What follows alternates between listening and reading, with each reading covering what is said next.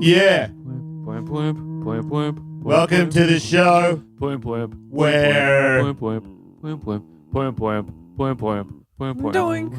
we don't know what we're doing. Trying something different. Starting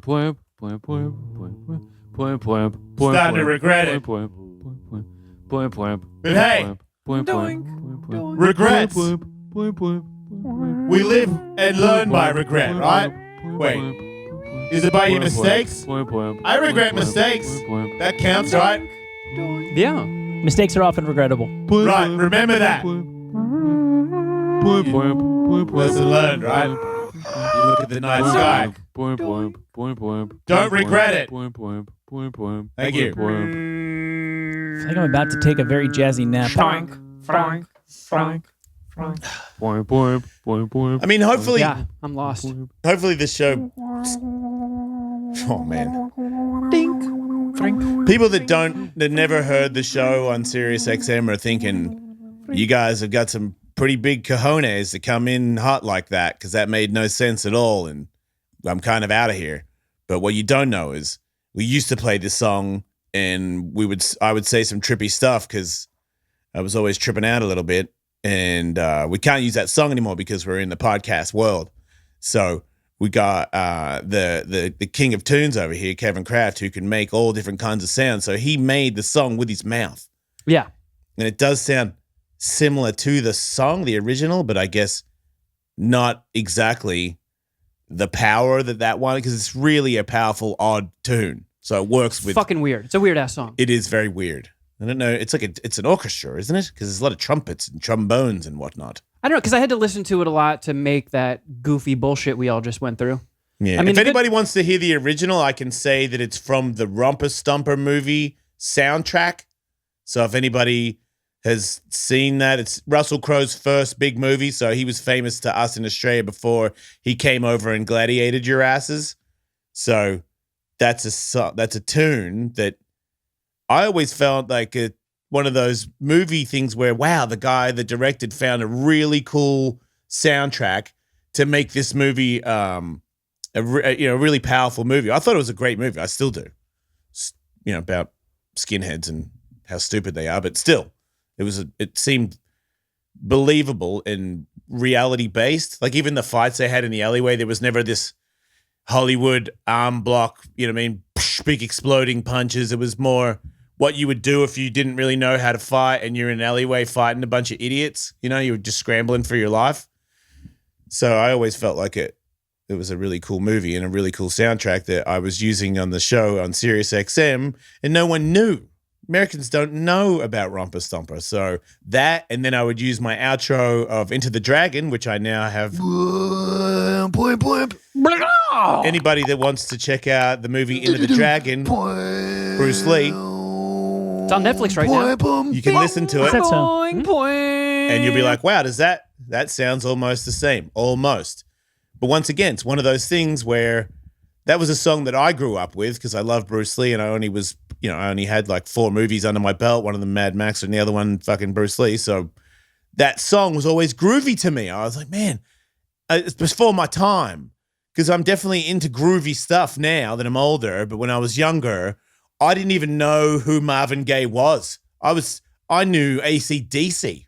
I had to go AC/DC, Metallica, and then Metallica did like a cover of somebody where I'm like, what? They like them? And then so then I'd like, I'll allow you into my like music thing. And then I'm like, well, if you're all right, and then Bob Dylan and Jimi Hendrix, I'm like, you're doing Bob Dylan cover, you must be okay. And so I went backwards. I started from my generation, lucky enough to start from a generation where it was all still musical instruments. So it was easily to influence to go back and, Queen. And then once you're, Queen and Bob Dylan, then sky's the limit. But I missed soul, being a white guy in Australia with no black friends until I was in my 30s or something. So I never grew up in a household where they ever played it. My parents played ABBA, because my mom is white as fuck. She claims she's not, but goddamn, ABBA is crazy. Xanadu was in my house. I would very imagine, white. Yeah, that would have been particularly She was huge. big down there, yeah. And my dad was AC/DC, so I always had the metal sort of heavy rock thing on the side, Deep Purple. So there's two different households. I guess my mum was more of a disco. She's more of a dancing queen. She was definitely a dancer. I heard that song a lot. What's that? Come on, Irene. Yeah, I swear. Let's go. I'm going to take a guess that you were big into the Dixie's Midnight Save Runners. Ferris ska version of that song. I was not into it, but my mum used to play it so much when she was drunk, and the dog knew the song. So the dog would always... Knew when to chime in? Yeah, whenever you played that song, the dog would come in the living room, and we'd all jump around with the dog because he was super excited about Dixie's Midnight Runners. Dexy's Midnight Runners. Okay. Dexy's as in speed. Believe it or not. Like, was it Dexedrine? Oh, Their band name is like Midnight Runners, like drug dealers. Dexy's Midnight Runners. That you would never guess the Come on Eileen people. That's actually what the name of the band is about. Oh, word. Yeah. Yeah, but when you look at them, I believe they do drugs. Yeah. Is that the band? I think the singer might be a woman now. And they're on the Young Ones once. They were on the Young Ones once. Liquid Death. I'm doing a Burt Kreischer. I saw him talk about it. And then I talked to Blasco, who the song that we heard at the start, Blasco, shout out to Blasco and Scott Ian. He was like, do you know about Liquid Death? And I'm like, I like water. I don't like plastic, but I like bubble water. And they're like, yeah, we make bubble water. So I hit them up and they said they were going to send me a package. And then I went on their website and I saw that they have fire sweatpants. And I was like, you guys got fire sweatpants? He's like, oh, I didn't send you that. I'll send you some fire sweatpants. But the fire sweatpants came and no drinks came. So I just went to the store and bought them. Oh. Yeah, I see these like all the death metal bands that I follow. I think like Amon Amarth are big into this stuff. It's the greatest idea ever. As a guy that drinks bubble water all the time, it's not I don't want to drink it out of plastic. It ruins everything. Can't drink out of plastic. And I refuse to, environment-wise and my taste buds. Yeah. Well, and I love bubbly water as much as anybody, but it definitely needs an image overhaul. And that's where Liquid Death comes in. Yeah, and then I bought a case of it yesterday. It's got a cool case, got skulls in it, and it's got like in the holes in the eyes where you can see the cans in there. I'm like, wow, you guys really went all out. So I'm all about it. And I think it's good for the environment as far as I know. So it's like metal and environmentally friendly. That's hard to do. And it's refreshing. And it's good. Fans of this show who are over 21, I got something you're going to love, and that's EmpireDirect.com. Why are you going to love this?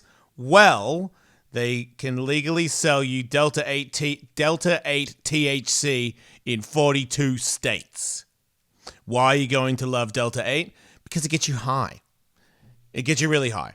Empire Direct offers Delta 8 in vape cartridges, gummies, distillate, and soft gel and tinctures. Anyway, they got soft gels and liquid droppers. And what's a distillate? It's a distilled extract. Oh, why don't they just say distilled extract? Don't they know that we could be potentially really high right now? Anyway, I'm glad you clarified that. Thank you. It's all high quality, lab tested, verified, and they have incredible prices. Now, if you've never heard of Delta 8 THC, it's a naturally occurring in hemp that can be sold legally in 42 states and get you high. It's basically kind of marijuana, like we've got these different things for everything. It's in the weed. It's like CBD, THC. This is in there. Go to EmpireDirect.com. You say it sounds cute. Go to EmpireDirect.com. How do you spell it, baby? That's HempireDirect.com. Makes more sense with your accent too. Or download Empire Direct app in the episode description. And if you use promo code Ellis50, you're going to unlock a buy one, get one 50% off deal. One more time, the promo code is Ellis50. Buy one, get one 50% off. EmpireDirect.com or download Empire Direct app and use the code Ellis50. Hey everybody, Jason Ellis reminding you to go to Onnit.com. Would be a big help if you went to Onnit.com/Ellis. You're going to get a discount there on all the different supplements, some of the clothing and workout stuff. There's new kettlebells that just came out. They got the bats, and it's never a better time to get into all this kind of stuff right now because you can't go to the gym. Somebody might give you something. You can't trust people these days, but you can trust yourself. Hopefully you can trust yourself. If you can't trust yourself, then we're in all kinds of trouble. But you know Jason Ellis Show, and you know that Onnit has always supported the Jason Ellis Show. Now that we're a podcast, Onnit is trying to step in and help even more so. So for you guys out there that listen to the podcast, if you use that code, onnit.com/Ellis, yes, you will get a discount, but Onnit will know that you listened from this show. So it all goes away around. Remember what Ellis Mania is, all the things that Onnit helps us with. We're very appreciative of all of that. So remember, onnit.com/Ellis.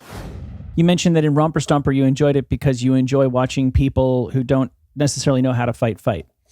Yeah, no, wow, far out. That happened today. So, Like 20 minutes ago. I'm still. yeah, we almost lost you. I got video here of Kevin Kraft. I've got a little catch, but make sure. I had to give him a liquid better. death and take him outside in his underwear because his balls were way too hot, right? We needed to give him liquid death because he needed some liquid life. Yeah. Yeah, you guys came very close to seeing my penis. Oh, Why? I mean, I immediately stripped. You once. thought about taking your underwear off? Yeah. You thought that would have made it cool down faster? If it was even a microsecond, yeah, I'll go there. Okay. man, if I just cinched it a little bit tighter. People that don't know, I have an MMA room now, thanks to Zebra Mats in my upstairs area where you can train. It looks like it's a tournament. You could do a jiu-jitsu tournament there. So we had a jiu-jitsu tournament this very day happened between these two action anacondas. Yeah, the word warrior gets thrown around a lot, but perhaps applicable. My wrist hurts. Fighters and the Kid is what this show should have been called because I'm just a small town country boy and these two are killers. But you guys... You saw a side of me you've never seen. No. Well, almost. Yeah. We're dead. Dick and dead. I've never seen Kevin dead with his dick out before. I've never seen that color of Kevin before. It was definitely gray as fuck. Like you got some light back in your cheeks, but you were gray. You were very gray out on the balcony. I was worried about you. One of the things you said about me when we first met, like when I first moved to LA. You remember one of the first things I ever said about you? I'm gray. Is that you're gray? Yeah. I'm a good guy. Like, I like how one of the great things I have attributes that I have is where I just blurt shit out that kind of stings with people for the rest of their lives. That's not positive in any way. Well, no, I hear a lot of stuff. Like before I grew the facial hair, I heard, look, it's Ellen. Like Ellen, Yeah. Tilda Swinton a lot. Like the repeating stuff, They're pretty comes great. and goes. But I've never been called gray before, and I Right. was like, I don't know what that means. But you said I look gray, and then you were like, yeah, you're a New York guy. You know New York guys are pretty gray. Yeah, you get Like, pasty. wow, I don't know what that means. It's pasty. I'm pasty as fuck. It's It's just a what- easier to see your veins than other people's. It's a certain paste. There's like a paste where New York Irish.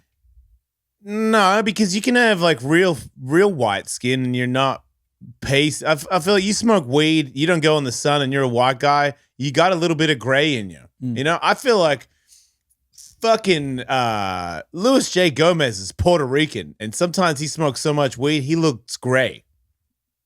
I don't know what to tell you. And I think it's because, one, he's in New York, freezing, no sun. Two, you're all smoking. Sure, you guys have sunny days, but you don't have sunny days enough so you do sunny day life.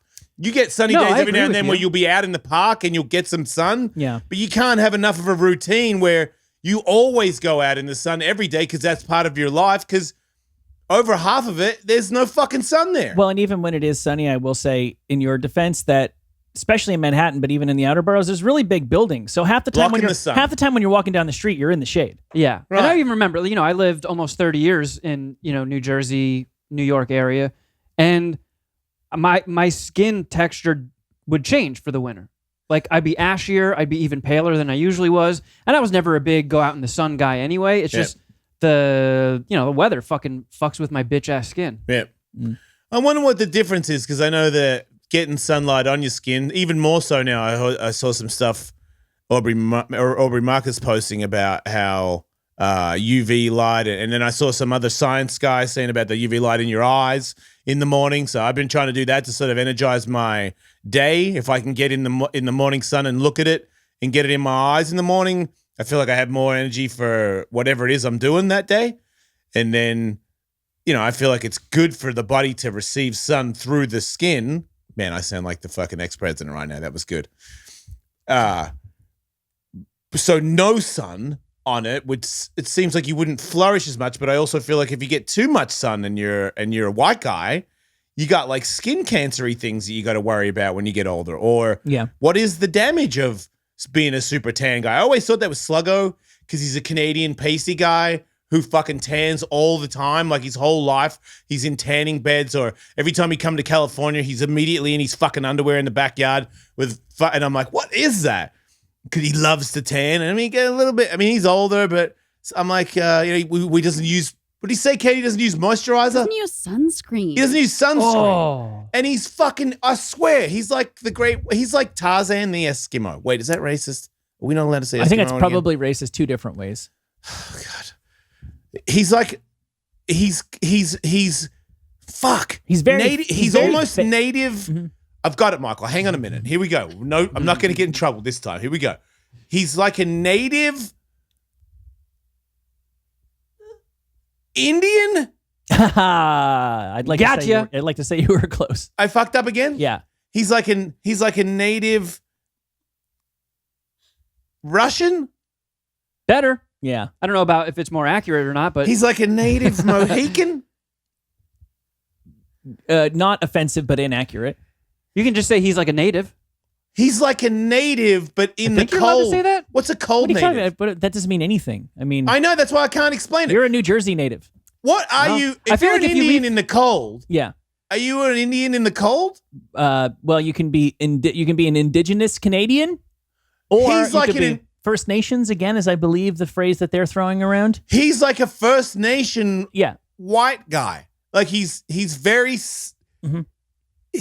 He's very. What was that other thing you just said? Asian thing. Indigenous. Yeah, he's very indigenous to the cold area above America, Yeah. Right. and he's also Caucasian. There you go. I feel like I've said it correctly. We got there, folks. Yeah, and I don't know if Yeah. you're a little bit That you probably handle the sun a little bit better. Well, Or okay. not. Okay, so I think you are right. I'm not a doctor, but I do believe human beings need an amount of sunlight. Yep. 100%. It's and that is why people who are native to places where there's lots and lots of sun have really, really dark skin, because there's a certain amount of sun you're supposed to be getting, so they would only absorb so much, whereas people who live in like Scandinavia or Russia have very, very, very fair skin because there's not that much sunlight there, so they absorb way more of the little that they get. Right. So he's a guy who, it seems, Rob Sluggo Boys, professional skateboarder, Breakdancing champion. friend of the show, stuntman. Done it all. He seems like somebody who nature has equipped to live where he lives in Canada, but he chooses to live like somebody who lives in Southern California. Yeah. Right. I'm so jealous of people that don't have to panic attack about the sun. Like Yeah. I've my family spent a lot of time at the Jersey Shore and stuff when I was growing up. And I don't know if like in the early 80s, mid 80s, there was as much info about like sunburns and cancer as there is today. No, judging by Or the maybe- number of ladies that used to, because we were the kind of families, I'm assuming, where you were lucky to go down the Jersey Shore for a week, maybe 2 weeks, but the rich folk had a house down the shore and they were down there all summer. Yeah. And there were always these ladies that you'd see laying out in front of their house or on the beach who had like completely turned themselves like the color of an African American, and they couldn't get enough. They weren't done yet. They weren't done until they were literally black. Yeah. And those ladies, if they were putting on anything, it was only to help them Oil. get more color. Yep. Yeah, Yeah. tanning oil. Yeah, to magnify the effects. Yeah, but you can be super pasty and then you tan yourself enough to get a base tan where Yep. you can start oiling yourself and getting browner. That's But why I went as- to the nude beach that time. Base tan. Yeah. Yeah. That's why you went? That's why I went. I had a base tan on my shaft. Yeah. As somebody who's on just like the other end of that spectrum where, Tan. dude, I go see a dermatologist once a year now. I got an appointment in a couple of weeks and I get butt naked on this table and they fucking scan me with like this black light thing and they peek open my butt cheeks and they lift my dick and pluck at my nutsack. Couldn't and shit. you look at that bit yourself? Well, no, I mean, they get the back, they get the spots you can't see, and they And are they cutting stuff off from you? No, but I'm so like freckly and stuff that they know what they're looking for, and I guess they have like the lights they're using, like something that's problematic will show up differently. And you haven't had one yet? Not yet, but you I've still get checked out a lot for being a young man. Well, I mean, who knows? But they tell me to go once a year just to be safe because of my fucking bitch ass complexion. Oh. And as a kid, like I was saying before, we got taken to the beach all the time, and if like I would be running out the door if we'd go stay down the shore for a week, and my mom would be like, "Put sunscreen on," I'd be like, "Fuck that," and just run to the beach and get fried to a crisp. Yeah. And I forget what the thing is, but they've found now that like even if you, I think, been sunburnt 5 times in your life, you are at a severe risk of developing skin cancer. Oh, God. And like I've had people in my family have had it, and they've had it cut out, but like I've been burnt so many times. I have this patch of gross freckles across my shoulders. It grosses me out. I fucking hate my freckle patches. They're gross to me. What about hair implants? What? What about if you made yourself hairy like a Sasquatch? Like an Andrei Arlovsky type. Yeah, I don't think that's the solution to all my problems. Do you know what, Kevin? Pubes. What about if you riddled yourself in pubes? I don't like that. All right. Yeah. Just trying to help. You could have like a vastly elevated risk of skin cancer and still not have a very high overall risk of skin cancer. Like if you are 5 times more likely to get skin cancer than the average person, you're probably still very unlikely to get skin cancer. Let me just put this thought in your head because this might help you a little bit. If you've ever been on vacation somewhere where a certain kind of European, very, very often an English person is, I remember being at a resort and like, one day I'm in the pool and there's a bunch of guys playing grab ass and seeing who can drink the most beer. And the next day, every single one of those guys is so red, they're purple. And they're still playing grab ass and drinking beer. And they're going to be back there the next day. And I asked somebody, what is wrong with these people? And they said, these guys want to brag that they were on vacation. The more color they come home with, the more everybody knows this guy went somewhere where the sun shines. And no, it's ghetto fabulous. So every single person who's like that in England goes down to Spain or to the Mediterranean or goes to some resort in the Caribbean or something and do that to themselves ideally once or twice per year. And there's not like, it's not as if there's an epidemic of skin cancer across northern England, I don't think. That's why I always like it when I take a massive moto slam or something and I bleed internally and my dick and balls turn purple because of that. It's a badge of honor. Yeah, because and I get to show everybody my dick and balls. Right, yeah. That's another fun even side people effect. I've had friends are like, dude, I swear I don't need your dick and balls in my life. I was one of those And then people. they go, oh, Yeah. that's amazing. I'm like, it is amazing because every time, people that don't know this, if you hit your side really hard and you have like some internal bleeding, when it goes through your stomach, I don't know why. We should have a doctor like sitting next to Kevin because we got a lot of questions. That might be coming next week. For some weird reason, my stomach is not purple. Even what's the bone bit before your dick? What's that called? Your pelvis? Pubis? Yeah, pubis, pelvis, mortimus, and then your cock and balls straight away. I don't watch Harry Potter movies. Man, I fucking watch what's a fucking Ring movie? Lord of the Rings. God, my wife loves Lord of the Rings. So whenever because I don't want to watch politics, and I'm like, put a movie on. And then I'm surfing, and I'm like, I've seen all these movies, or they suck. It's probably, Steven Seagal. And I'm like, oh, kill me. And then she's like, well, Lord of the Rings are good. And then now, now I'm watching fucking Gollum eat his friend or whatever, and everyone's freaking about the ring. I'm like, fuck, man, the ring. Enough of it already. I can't believe these people just keep wanking on about it. You should watch the movie I was watching last night. I believe it's streaming on Prime. It's called Future Force. It's a 1989 low-budget futuristic cop movie. It's like RoboCop meets Mad Max. Ooh. David Carradine is a police officer with... He's a terrible actor. It was... Sorry. I know. I'm a connoisseur of these things. And the funny thing is, you can tell when an actor, I love it, like Travolta's the kind of guy that if he's in a bad movie, he still gives it 110%. Yes, and that's kind agreed. of entertaining in its way. And then you can see when like a Bruce Willis is in a movie and he's asleep. He loathes being there. Yeah. Carradine, it's like he was friends with the director and he was perfectly happy to be there, but still gave zero effort. Like he seems perfectly, he's just like, oh, you want me to say it again? I mean, I can half-ass this all day. He seems like he just missed out on Beastmaster. Like he was a perfect guy for for Beastmaster. But it's this futuristic thing where cops are all vigilantes who just are like operating on the bounty system, and they're all like biker style dudes. But he has this metal glove arm covering things that shoots lasers at people.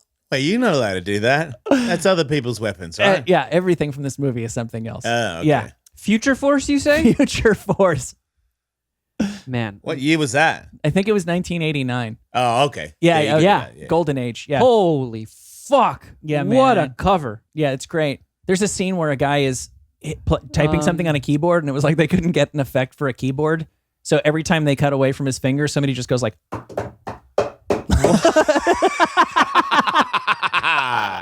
It's awesome. Man. It's better than Lord of the Rings any day. Oh man. Yeah. What kind of budget? Man, that no wonder. I'm like, how did this one sneak under the radar? I can see why by the cover. I can't even take that serious at all. Isn't that awesome? It's so dumb. It's like the most weakest cover for a movie that I'd ever want to see. It's funny because it's a real movie. They have some Is dumb he going effects. bald in that cover Yeah, photo? He's really fat too. And at one point they say he's like 6'2", 190. They show his like stats when they're like looking him up on a computer. And he's like 250. And it's funny because you can see the extras don't know they're in a movie. Like there'll be two future cops fighting each other, and some guy's just walking down the street in downtown LA who has no idea he's in Future Force. Okay, now you're selling it. Yeah, I recommend it. I Yeah, recommend I'm wow. into that. it. Yeah. Yeah. That looks like a treat. Yeah, I'm adding that one. Now I'm going to talk to you about Coolvin, everybody. I'm telling you, it's this thing that if you drive and you do stuff, it's a bag, it's insulated, and it keeps things cool. And then there's another pocket in the top that keeps things hot. So you can plug it into your car or in your house or wherever it is. It's got options for 110 or 12-volt applications. Coolvin allows you to bring your meals with you and heat them up wherever you go, anywhere, all day. So it's super convenient for me if you want to go to the track or anything like that. It's the ultimate because it has both. And you can also, the thing, if you don't want to keep it hot all the time, then you can just have something that you want to heat up when you get there and you just plug it in. You're off. It's kind of like having an oven fridge in your car.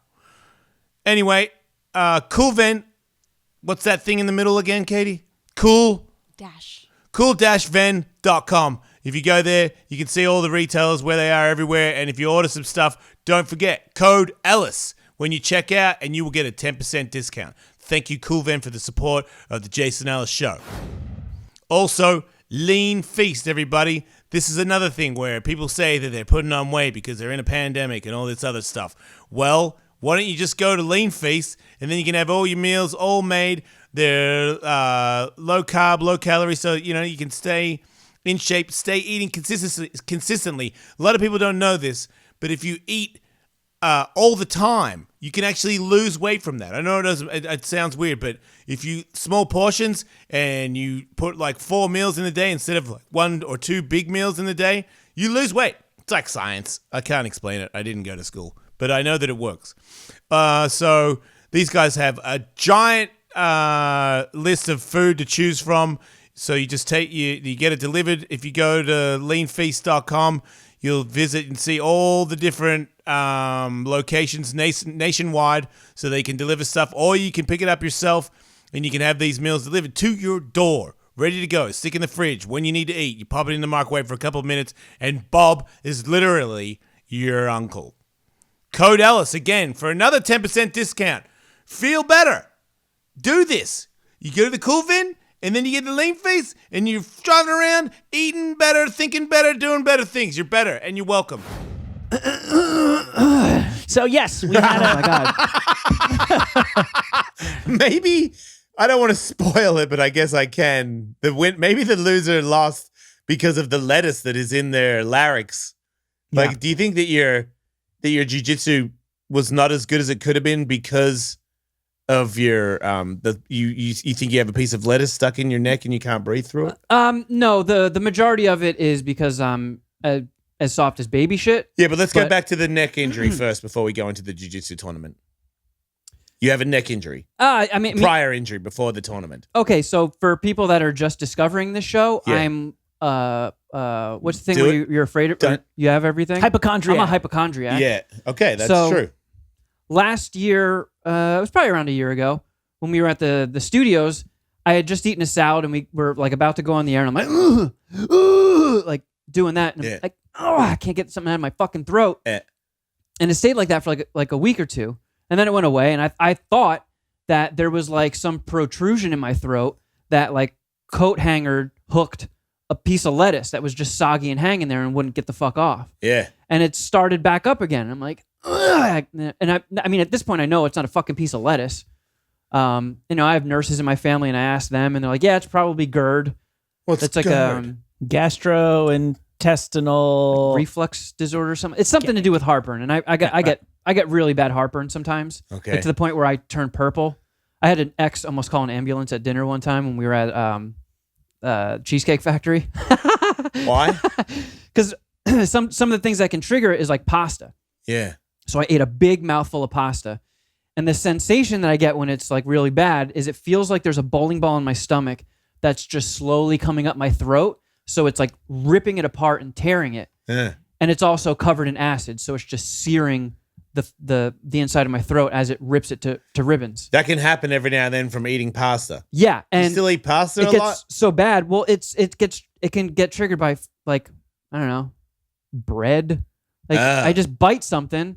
And sometimes it happens, sometimes it doesn't, and it comes in waves where sometimes it'll happen once a week, and it's so fucking painful that like I can't breathe, and I'm like and she thought I was having a heart attack because I turned purple, like my whole face changed color, and it just has to work itself out and pass, but it's excruciating. So like I have that heartburn shit, so the fact that it like this sensation of like a phantom piece of lettuce stuck in my throat could be that. But since I'm a hypochondriac, I always think something is killing me. Like I thought, like the past 6 months, I thought I had butt cancer. Yeah. And now for the past couple of weeks, I'm convinced that I'm dying of throat cancer. Do you still have butt cancer? I might. So you might have butt and throat cancer. Yeah. And then you're really soldiering on knowing that. And then somebody hit me up because on the I'm sorry, you and I both sometimes go to the same urgent care where no matter what is wrong with you, they accuse you of being an irresponsible homosexual. If you have throat and butthole issues. He's like, motherfucker, you got to stop getting spit roasted. You got to stop. Yep, that's what it is. Stop out being the Eiffel Tower. Yeah, right. You won. Now stop. But on yesterday's Patreon show, I talked about how I wake up a couple times every night to piss. Yeah. And it's annoying because it interrupts my sleep and I never feel rested. And somebody was like, dude, got to get your prostate checked out on social media. And now it's like, oh, fuck.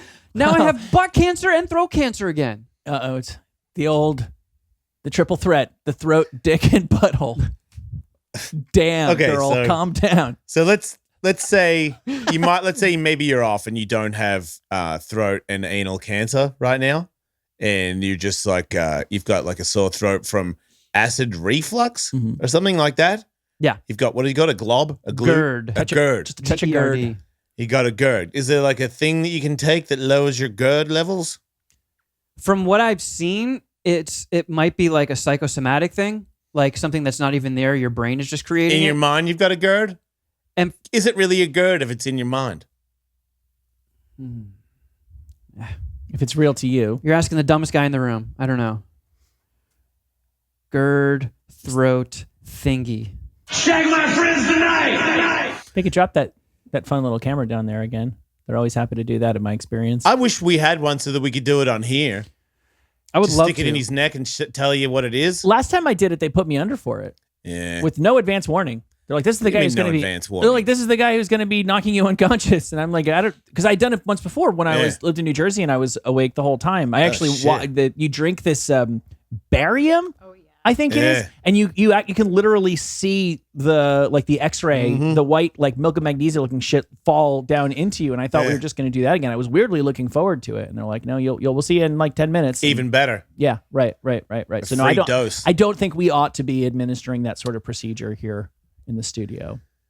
Yes, Google is telling me globus pharyngeus. That's what you have? God, more Harry Potter shit, huh? Yeah. Yeah. Now you have globus pharyngeus, and that means he's suffering from this disease as he goes into the biggest fight of his life. Yeah. So here we are at the I'm never going to remember that word. Charcuterie. The Charcuterie 5000 Jiu-Jitsu tournament of the world, where the two champions duel it out for Jiu-Jitsu supremacy. There's been a lot of talk over the years about who's better at jiu-jitsu. And people that follow the show, people that don't know SiriusXM or Patreon shows that we do now, people that don't know about this war that's been going on for a long time. Yes, take it to the mat or shut up, you two, they say. This is the end of it here. It ends here. And it ended today.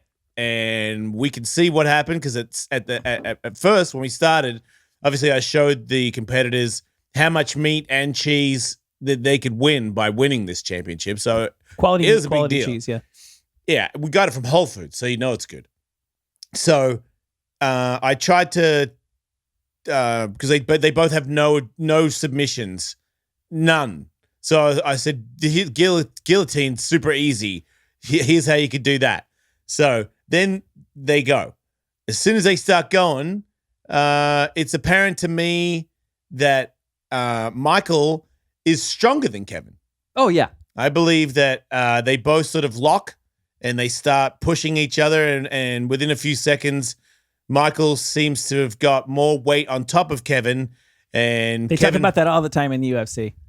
People putting their belly on people. right. Make him carry his weight up on the cage. You got to watch more UFC, Kevin, and maybe you would have known about that. But I did tell you to try and scramble and get out of stuff. And he did try to scramble a few times to get out of stuff. But Michael, with a tremendous grip and a good base, very hard to get out from underneath of Michael Tully. Did I sprawl? You sprawled well, yes, because you went for a single leg and a double leg. You did two MMA things. Did I? Yep. Get the fuck outta At the here. start, you tried to do a double leg, and then you couldn't get your hands together, and then you went for a single, and that's when Michael sprawled. And then you guys were really doing some MMA when that happened. Yeah. And then it got into this weird entanglement where Michael knew that this guillotine choke that I'd just shown you 5 seconds ago, he knew that was a thing, and I could tell he was trying to go for it. By the way, when you demonstrated that on me beforehand, Yeah. that hurt my throat. Oh. No, you got him right in the gird. In my GERD neds. Maybe you need to be choked out properly. Maybe you'll get the GERD out. Because maybe that's your problem. But anyway, let me get into the rest of this fight. So he's in trouble, and I start giving him advice because I can tell Michael's definitely got a good base and Kevin can't get out. So Kevin starts scrambling, gets out of the guillotine choke because he's fighting the hands, and somehow out of nowhere, Michael gets on Kevin's back, and Kevin taps from a rear naked choke where Michael doesn't have an arm under anything and isn't really choking, and both, I think you had your hands locked. I think I tried to put like my wrist on his you had a wrist? on his Adam's apple. Okay. Yeah. Yeah, I mean, it wasn't like I was passing out, No. but But you were getting tired. very, very tired. At that point, I was so tired, and I was like, every time I exert like everything I have in me to get his arms off, and then he gets it back in, it's like, I can't keep doing this. He's fucking got me. So I'm going to tap before I vomit all over your living room. So, Given the aftermath, that may have been a wise. yes. action. No, if you had kept going for another 2 minutes, because what you don't know yet is, so the title's done. Michael wins the championship. Yay, all the meats and cheeses are yours. Then Kevin is in his underwear. So his balls are super hot all of a sudden. I'm thinking maybe he's being funny. And then I see him take a seat next to the mats. And I'm like, you all right? And you're like, yeah, just can't get my breath back. And I'm like, are you sure you're all right? Kept saying, yeah, but he didn't look like that was true. And then I gave him some water. And then I noticed you were gray as fuck. I filmed it on my phone, so I don't know if we can use it for the podcast, but you had changed into a very gray color. And you were saying that you were feeling faint and that you were going to vomit. I was making this analogy before we started. Like, sometimes you're eating a meal that's so good you don't realize you're full, and you're like, yeah, I'm full, but I want to get a little bit more of this deliciousness in me. And then you're like, all right, I'm tapping out. That's enough for me. I'm full. And then, like, as every minute that progresses, you keep getting more full, and you're like, oh, what the fuck did I do to myself? This is bad. So, like, I tapped out because I was just purely exhausted. Like, I was Do you winded. think if you were fitter, you could have beaten Michael? I mean, I'm sure I would have done better. Right. Yeah. But, like, once we stopped, and I Let was that like, be a whoo, lesson to you, Michael. I'm glad we that in stopped mind. when we did, because I am fucking wiped out. I am out of breath. I'm sore. I've used all my muscles, and then it just keeps getting worse. And I'm like, oh, what the fuck, dude? I stopped. Why can't I feel better? It might not be a bad idea for you to sort of do some exercise. Yeah, I've heard that's a thing. It does. I mean, you do exercise a bit, right? I take your word for it that you do your bike and you do your DDP yoga, et cetera, et cetera. I took a break. Okay. But even when you do, I think we've all had the experience where you can be practicing pretty hard at one thing and then you do a different thing and it exhausts you way more than everybody else in the room because you have like you need a specific kind of fitness. I know the first couple of times that we went to a boxing gym for the very early Ellis Manias, I was going to the gym at that point in my life. I was a reasonably fit person. And the way that you felt after whatever the hell we did today is the way that I remember feeling after the first time that I sparred in boxing. I'm pretty sure it was with Benji Madden and it wasn't particularly eventful. It wasn't like I got my ass kicked or kicked his ass. We just sparred a little bit. And then I went outside and I laid on the concrete and watched the world spin for like 20 minutes. Oh, shit. Yeah. Oh yeah, remember I was dating this girl that was like big into fitness and she must have just vomited every time I took my shirt off because she kept being like, "Oh, you and I should do a gym adventure together." That is a very nice way to say you're fat. Yeah. So we signed up at LA Fitness and they do a thing like, "Hey, you're a new member, you get these fucking like classes. You can take any of these things for free." Yeah. I love And that. yeah, we'll give you one day with a trainer. She's gonna like work you out and show you some stuff. I was like, cool. So I show up and I do my thing. And she's like, okay, here's what we're going to do. And she busts out like those rope ladders that Arnold climbs up to a helicopter. And she put them on the floor. Oh, okay. Yeah. Right, okay. And I'm she's, like, what the hell? I got it now. Yeah. Yeah. she's showing me these things to do. And Footwork, like, you know, foot patterns. Foot patterns, then like do a push-up thing and then like like push-up, shimmy across. Yeah. And I'm doing stuff that doesn't look exhausting. And she just like 15 minutes in, I start getting winded. And I'm like, fuck, I think I might need to take a little break here. And it was the same thing as when I just wrestled Tully. Like, I felt myself reaching my limit, and I was like, you know what? I need a break. Let me just catch my breath here for a second. And I could see in her eyes, she was like, "It's pussy." Oh. So I'm sitting there and I'm like, whew, goddamn, that was rough. And then the panic sets in. I'm like, oh, what have I done? And then I start like, I almost did the same thing where I'm just like, I need to strip my clothes off. And then I fucking vomited right there in front of her. You disrobed and then vomited? Yeah. Did you disrobe in front of her this time, or did you just vomit? You didn't take your clothes off before you vomited in front of her, did you? I got my shirt off, but I was in like shorts and then barfed. Yeah. But you took your shirt off in the gym. It was in a more secluded area, so it wasn't that embarrassing. But she was personally training you, and you ripped your shirt off and started vomiting. Yeah, and she was cute too. But I was off the market, so it doesn't matter. I don't like. Does it? I don't like. I don't know what it is. It's worse being humiliated in front of attractive people. I don't know why. Okay. Yeah, I get that. I know why. As an ugly dude, it's. Even if nothing would ever happen with them, it's nice to, like, in a hypothetical world where she goes back to her desk and somebody goes, that guy you were just with, was he cute? You'd rather him go, yeah, he was all right. As opposed to, fuck, Jesus Christ, he was the most disgusting man I've seen in my life. Yeah, it was kind of like that story when I went and saw, Dr. Buttfuck that always tells Tully and I that our gay activities are the source of our problems. And I actually had, like, an irritated anus. Right. So, like, I'm laying there in the fucking paper smock. You can't blame the guy. I mean, you came in for an irritated anus. I know, but then You he's should like, know what you're getting when you go visit the offices of Dr. Buttfuck. yeah, I know, fuck me. And also fuck me because he was like, is it cool if an assistant comes in and observes? Yeah. Like a med school student. I'm like, sure, in the name of science, let's do this. And this smoking hot girl walks in and has to look at my fucking irritated anus. She takes off her glasses and then lets her bun out and shakes her hair down. Why don't you Oh own my that? God, that's It a was horrible bullshit. Why idea. don't you own that? Yeah. It's your time to shine. Oh, yeah, get a load of my fucking sick It's anus. your anus, man. You're not going to get another one. Own it. You can turn that negative into a positive. Yeah, like, here is my anus, hot lady. When was the last time I showed my anus to a random hot lady where it wasn't jail offense? I would have rather it have been my regular penis, but I'm on my side and it's on the table. Like I'm on this type of thing. And he fucking squats down and because I'm laying on my side and he lifts a butt cheek and he goes, whoa.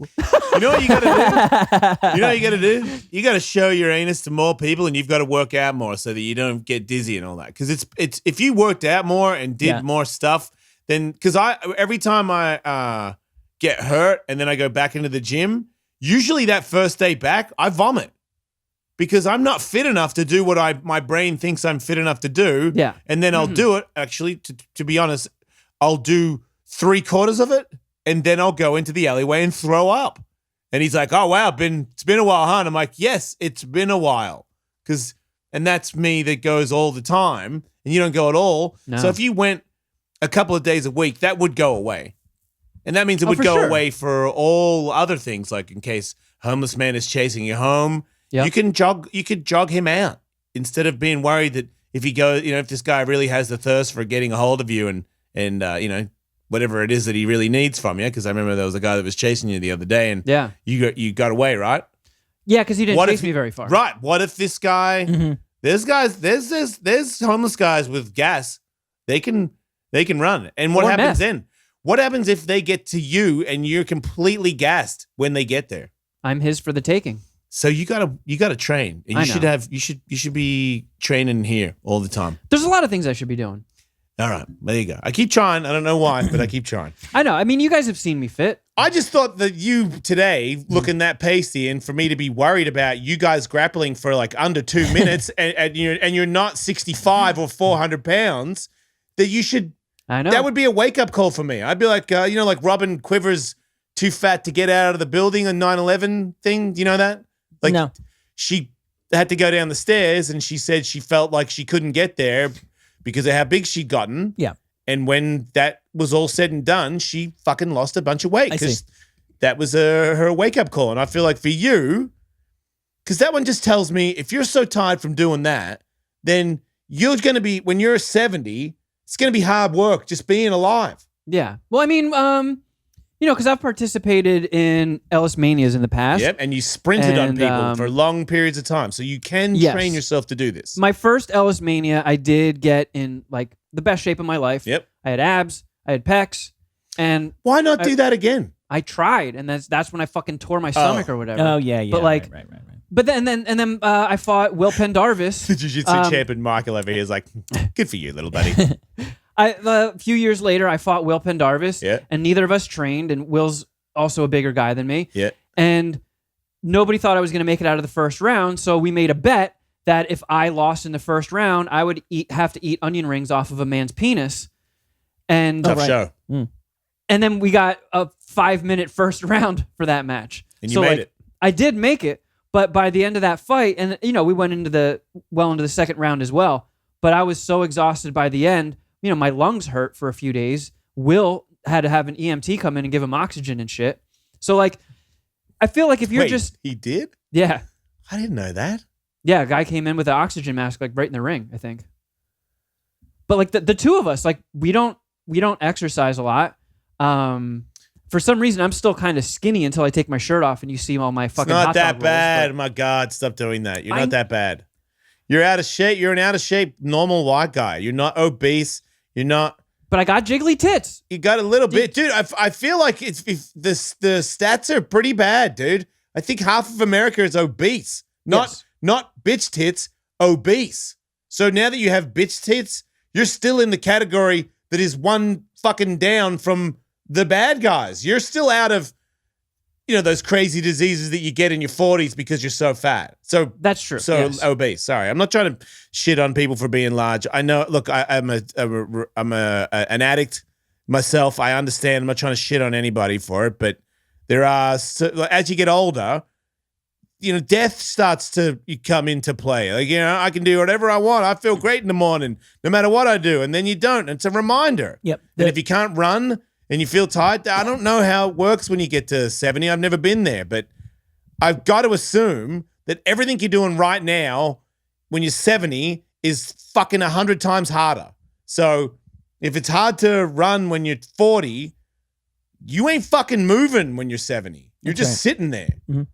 The U.S. adult obesity rate is currently 42.4%, which is staggering. It's the first time it's passed the 40% mark, and the national adult obesity rate has increased by 26% in the last 12 years alone. And it's just like Kevin, my buddy over here, who it's your decision. It's not easy. If it was easy, everybody would have abs. But if you do it every day and you never give up, and if there's pain, you go and see somebody immediately about it and you get it treated, or you suck it up. You just always figure out a way. If I go too hard, I'm too sore, then work out another way where it isn't as hard.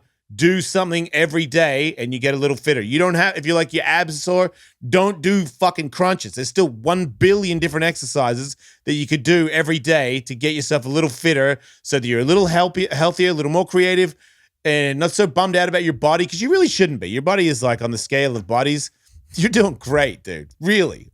You're not doing great if you go to the fucking UFC gym or something, but on the scale, you know what I mean? Because I feel like you watch TV. I watch TV. The fights are on. And I'm like, man, that guy has more muscles in his back than I've ever had in my whole body. Yeah. That's those people. They're freaks, man. I know I'm hard on myself physically, but I think it's highlighted more by my paciness.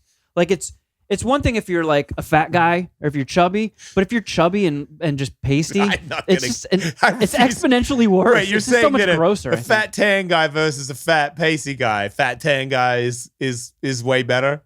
Like our friend Bert Kreischer has a belly. Yeah. And he always likes to take his shirt off and show his belly. Yeah.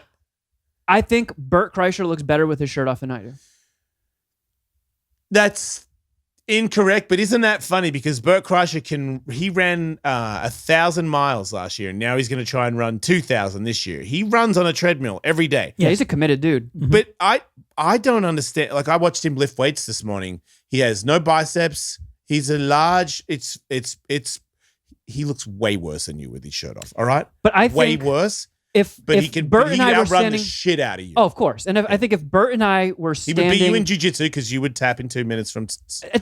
Everybody would beat. My little sister would beat. Everybody beats me in jiu-jitsu. You don't want to get. You don't want to get a little fitter. Of course I do. But I'm fucking lazy. But if Bert and I were standing next to each other with our shirts off, and there was a row of like Hawaiian tropic models in front of us, yep, I feel like 100% of them would point at me and be like, all right, that's it. This is what we're doing. We're doing it. We're doing it right here. We're doing it.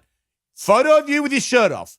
Putting a photo of Bert Kreischer next to it, and then we're gonna do a tally thing, like a poll. A poll. Thank you, Michael. A poll. It's insane. I love Bert Kreischer. Me too. Bert Kreischer is he's a fat dude. Everything he does when he does the basketball thing, I'm like, that is amazing. When he does those running things and he says that he's running for that long, I think that's amazing. Like when I was on his Bertcast, I asked him, "How are your knees and ankles?" Because it doesn't make sense to me that you can be this big and it looks like a tough gut, like it's full of stuff. Right. Well, it is. It is. Well, he's one of those. Fine. He's one of those larger guys who's light on his feet. They exist. He's not light on his feet, dude. Like I watched the dunk thing with him and Tom Segura. Tom Segura was 1,000 times more athletic than Bert.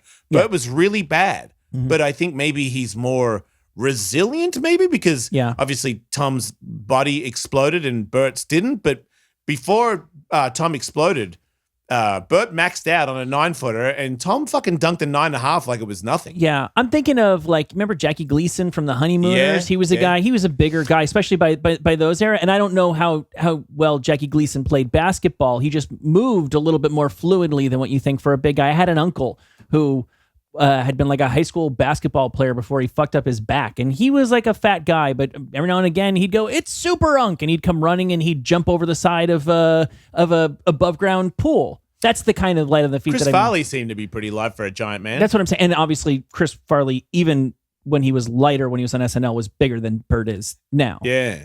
I know what you're saying though, and Bert's belly is full of stuff. If I was gonna have a belly, that's the kind of belly that I would want because I get lumpy when I get fat. He has it's a beer literally. You know, they'll talk about guys being beer pregnant.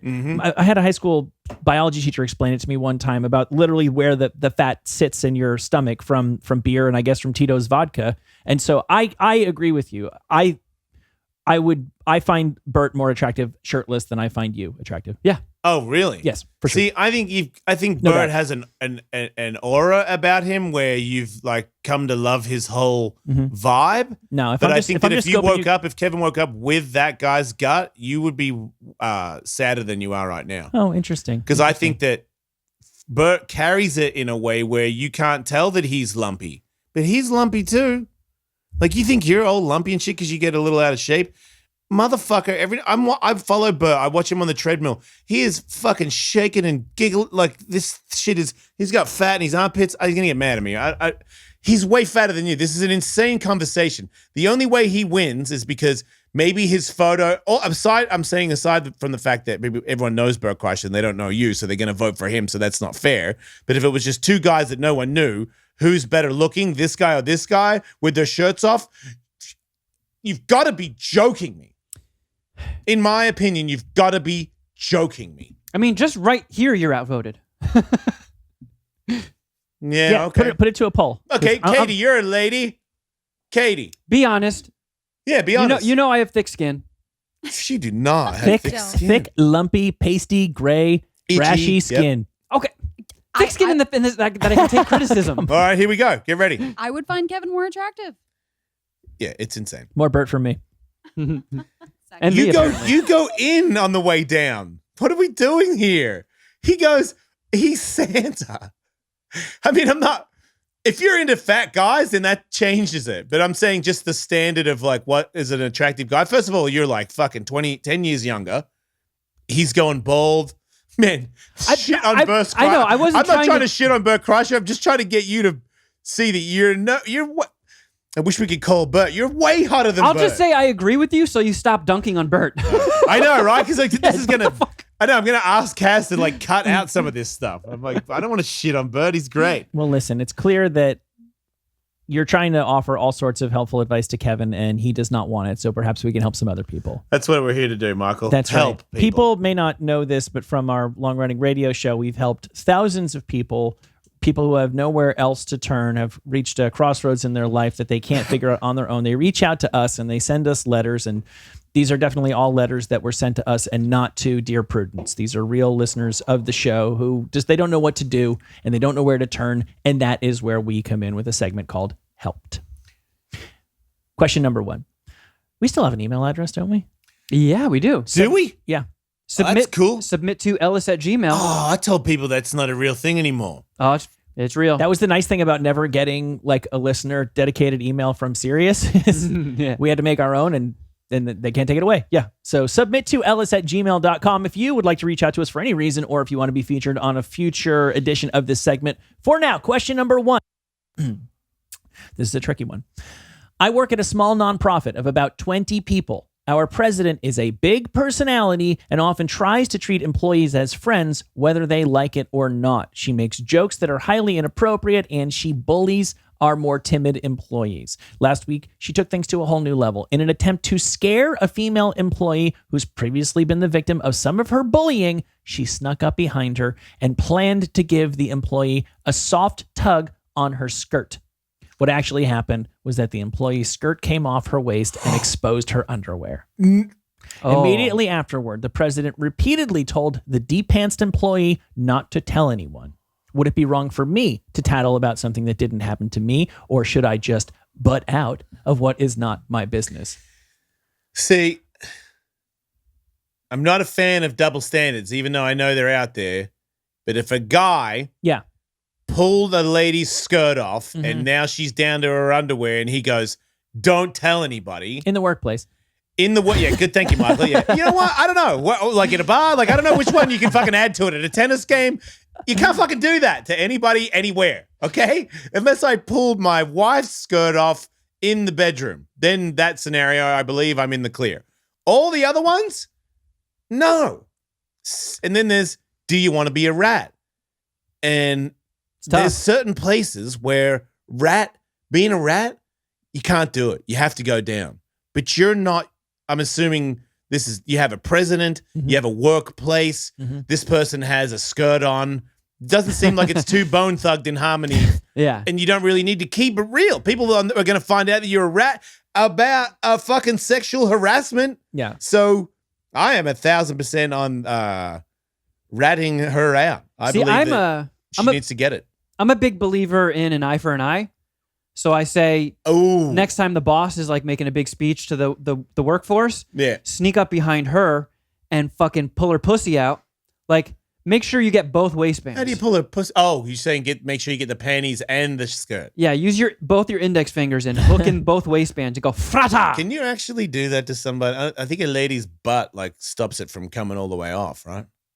Like, No. wouldn't you be ripping her dress? Yeah, I think there would be a bit of a struggle, and that would be awkward in the workplace. Yeah, to strip your presidential boss by ripping her dress and underwear clean off Down to the in a anus? struggle, in like a vicious struggle where you end up getting it all off piece by piece, leaving her in the meeting. Not so funny when it's you, huh? Yeah. Yeah. Well, hey, don't tell anybody in this room what I just did. It is pretty funny, though, because we're debating the merits of whether or not you should go and tell a higher up about this. And yet the more fair eye for an eye punishment is to just de-pants her. What could she really do? What could she really do? But you can't do it later on. You had to do it right there and then. The moment's gone. Like, you get de-pants by your boss. You turn around immediately and you rip her underwear off and you, like, put a stapler in her box. And you'd be like, shut the fuck up. Don't ever do that again. See, I feel like you got to get her when her guard is down. She feels like she's in the clear. I feel like that's the thing with powerful people. Couldn't she sue you if you did that, though? You just fucking sue her right back. You did it to me first. You're in authority. She's the president. She has a better lawyer. Doesn't it work? Rich people get it anyway. It's going to be mutually assured destruction. Yeah. Nobody's going to win. Somebody might lose worse than the other person, but nobody's going to win that. Yeah. What about one of those Molotov cocktail things? Put that in her car and blow her up. Murder's a bit of an escalation. All right. I'm just trying to help. Did we help? Yeah, I think we did. All Yeah, right, rip her pants off. Helped. Our next real life listener writes to us with this question. Recently, I went on a trip with my partner and 3 other couples, including my sister and brother-in-law. One afternoon, everyone went into their respective rooms for some downtime, and my partner and I debated fooling around. Then we overheard my brother-in-law in the living room say to my sister, "I'm going to go listen to them have sex." Weird. We heard him attempt to tiptoe over quietly and then stood outside of our door for 10 to 15 minutes. Ew. My sister did tell him to leave us alone, but then she went to her room shortly thereafter. I've never liked my brother-in-law, and now I don't want to spend time with him ever again. Do I say something to my sister? This isn't the first time he's been inappropriate. Last summer, he seriously suggested wife swapping. Oh! What a dirty why dog. is your sister going out with a piece of shit? Man, how can you not? That tells me they have a bad relationship, because of course you would immediately tell your sister, hey, did your husband sincerely say, I'm going to listen to her have sex right now? And you said, okay, bye, honey. Because that's your fault I've too, spoken right? to you about this, and now I'm leaving. So You never, like if I said to Katie, I'm going to go, when we all had a log cabin, I'm like, I'm going to go and listen to Tully fuck his wife. I feel like Katie would go, what are you? You're not serious, are you? And I'm like, oh, yeah. You stay over there on the couch. I'm going to go listen. I feel like she would. Yeah, I heard these two really get up to it. It'd be a big fight. I think there'd be a big fight at the front of Tully's door where Katie and I would be arguing about, what do you mean I'm not allowed to listen to Tully fuck? Until Tully would open the door and go, God, I can hear you arguing at the door about listening to us fuck. I'm not going to go in. Yeah, that's a crazy dude. That's a crazy dude that's married. Like, why would you marry a crazy dude that wants to hear other people fuck?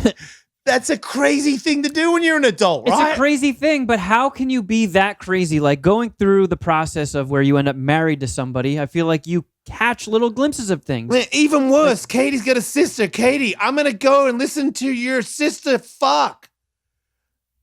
How you do that and I will fucking hit you in the head with a brick. And don't forget, a year ago, you also suggested that you go fuck Katie's sister. Wow. As a guy that has an open relationship, that one, I mean, there's no what, but it's not that guy should be in jail. I feel like we're dealing with a pack of wackos here. So yeah, no, you're right. If I'm wrong, but this person was like, I'm gonna go and fuck in there in front of their sister. I would never be at like a family gathering with a chick and be like in front of my sister and be like, hey, we're gonna get out of here and go fuck. Wait a minute. What? Well, they didn't announce that. They didn't announce that they were going to fuck, but you do have a bit of a point. So it's just that time of the day when you've all been around each other and everybody needs a break from each other before you regroup for dinner. Why was this guy so sure that they were going back to their room to fuck? Maybe her sister's really hot. Maybe. And everybody wants to fuck her. Maybe they just been down at a bar at a resort and they just kept on ordering cocktails with fruit in it and like exchanging it orally with one another to where they were grossing everyone out. And everyone's like, can you two just go back to your room already so I can listen to you? It still doesn't mean you can go listen. I know. Even if they did all But it is those odd things. that it is odd that he correctly guessed that they were going off to fuck. Maybe I would have let this slide if it wasn't for the other bit where it was like, we should swap and I should fuck your sister. That's a damning piece of information. That tells me that guy is a steaming pile of shit. Yes. Yeah, I feel like But so's his wife. Yeah. if you know it, like if you know, so they knew the guy was waiting outside the door to be like, He announced he was going. They heard him say, Yeah. I'm going to go listen to them have sex. But then At he that waited point- at the door for like 10 to 15 minutes, dude. you have to, again, you have to teach a lesson. I feel like you think you want this, huh? I'm going to show you you don't want this. And then be like, oh, fist me. And then just start making farting noises. What's be like, that guy oh, I'm that- going to suck your farts. What's the guy that says dropping huge loads when he... Oh, Nick Manning? Yeah, I'm dropping a huge load. See? Like if you said that at the door, would your brother-in-law not be entertained? Is that enough, or would he be there every day? Do that and then bust open the door and pants him. Right, Oh. And the sister.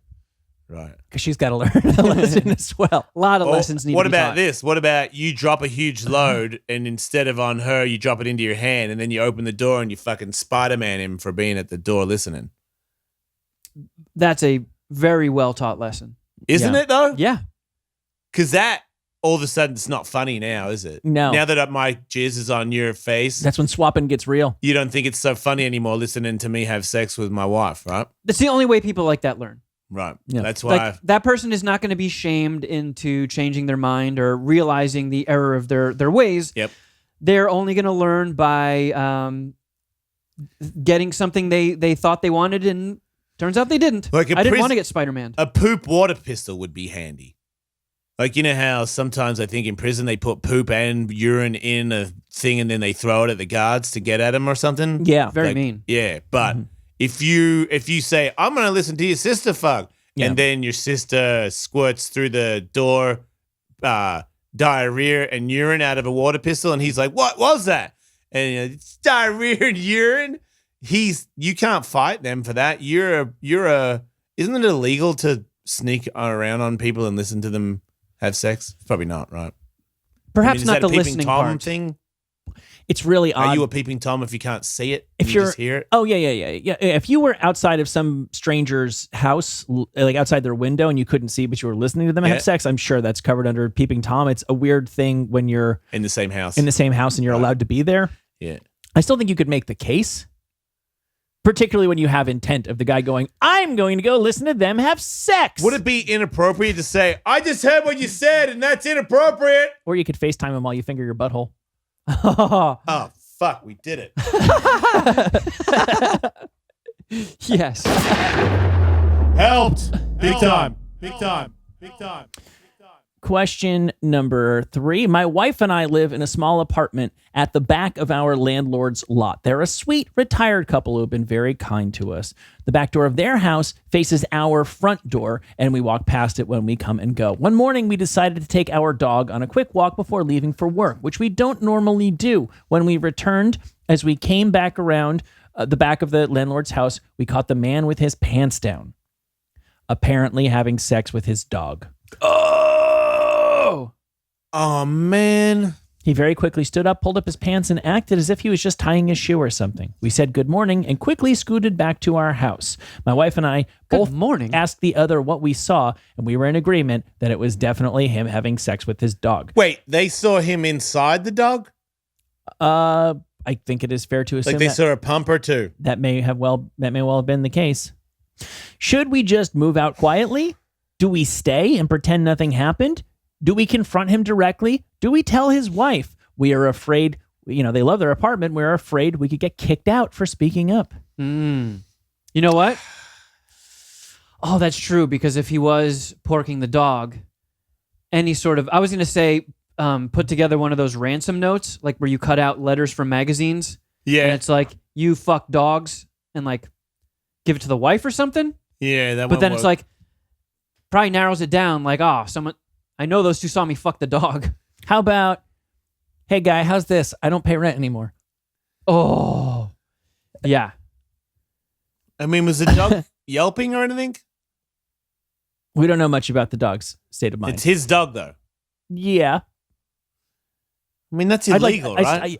In most states, and There's a couple that isn't still. There's well-intentioned movements to make it illegal across the board, but some for states them. are still playing a little bit of catch-up.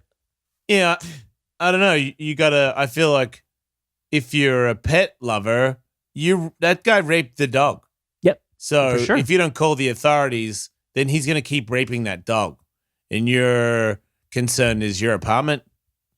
Well, you could also, depending on how much you want to see this guy get his comeuppance, you could be like, look, I want free rent, and I got my eye on you.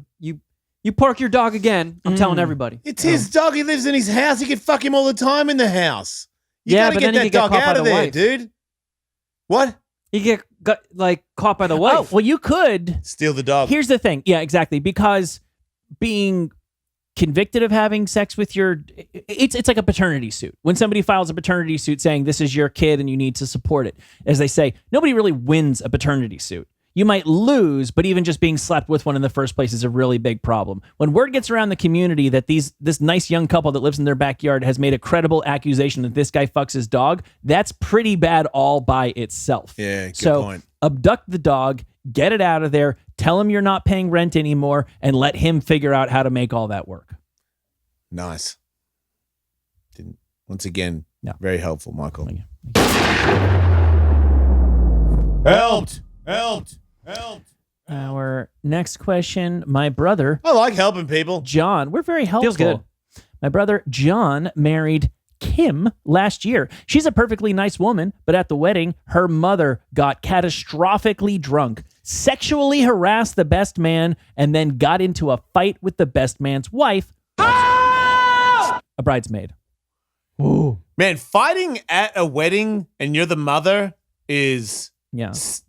probably the most, like, you can be the brother-in-law or you can be the sister and blackout and that's kind of embarrassing. But the parent that starts fighting people from alcoholism is everybody's bummed out. Everyone feels sorry for the bride when that happens. Of course. And honestly, with the amount of money that's on the line, people spend far more money than they should on weddings. Anybody, if it's within your power to not fuck up somebody's wedding, you really got to do that. I was the best man one time, and there was a guy that I was alerted to ahead of time.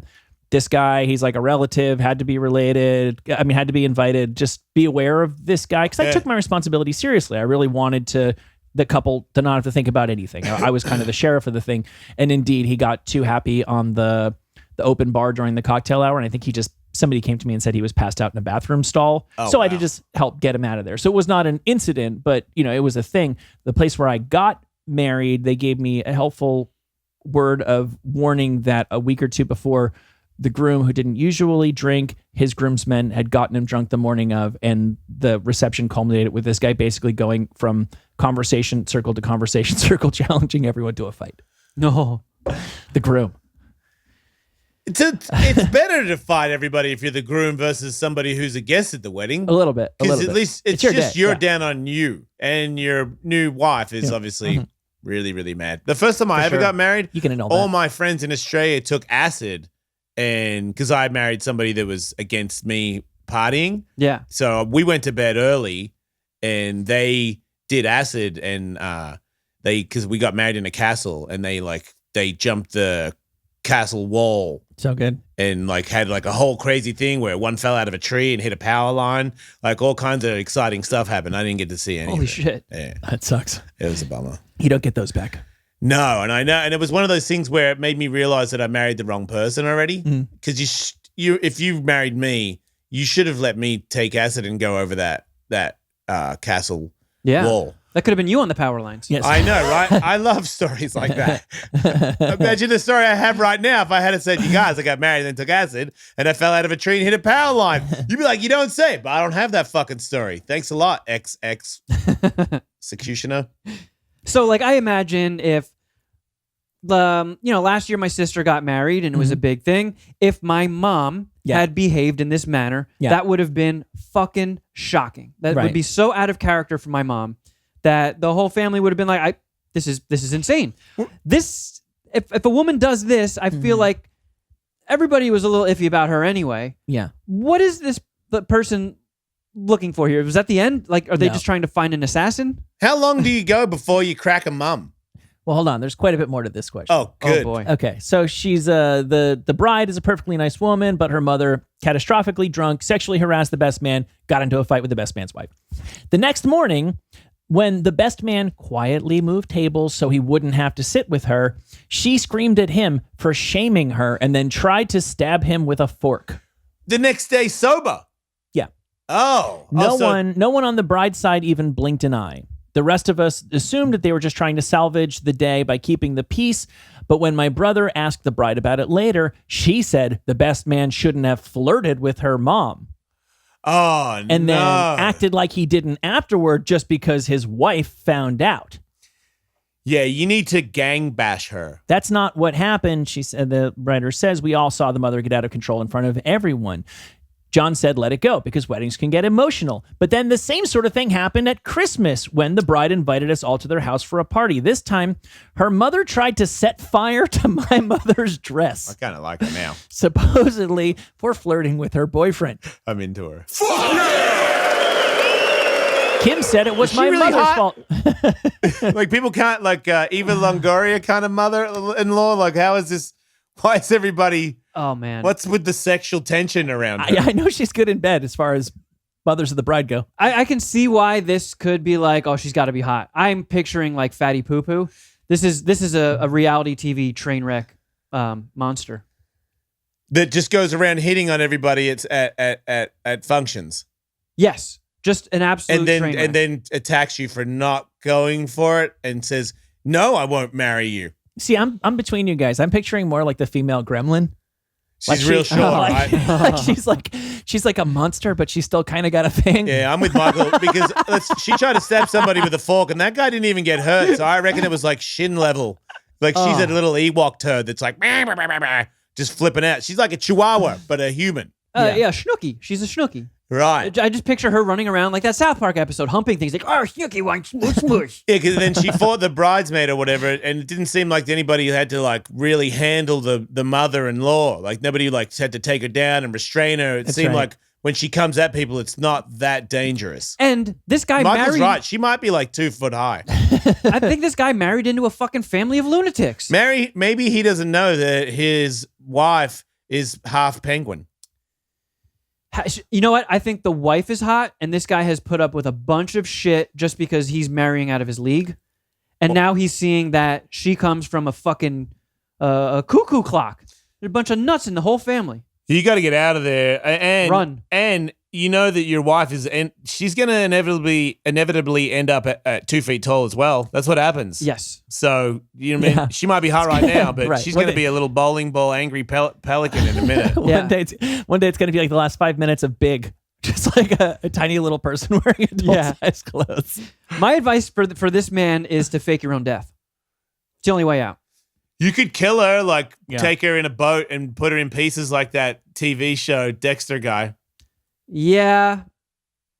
Seems I like feel like everybody we, else doesn't really like her either. Or is it like everybody else in the family kind of backs the mum, this little Ewok for attacking Sounds like they people? do. Right, so that means you'd have to take the whole family out. That's Yeah. why you just got to fake your own death. So the bride is really, really defensive about it. She tends to see her mom's angle on these sorts of things. She goes, Oh. well, they were kind of doing stuff that was, my mom shouldn't have done that, but they were being a little flirty too. Well, mum Also- shouldn't have set fire to everybody. Yeah. but, and she also said her mom had been cheated on a lot, and it's made her really defensive of her. She sees her mom as the victim in these sorts of things. I say you probably need to get out of this, but you might want to take a crack at the mom on your way. Definitely fuck the mom and get out of there.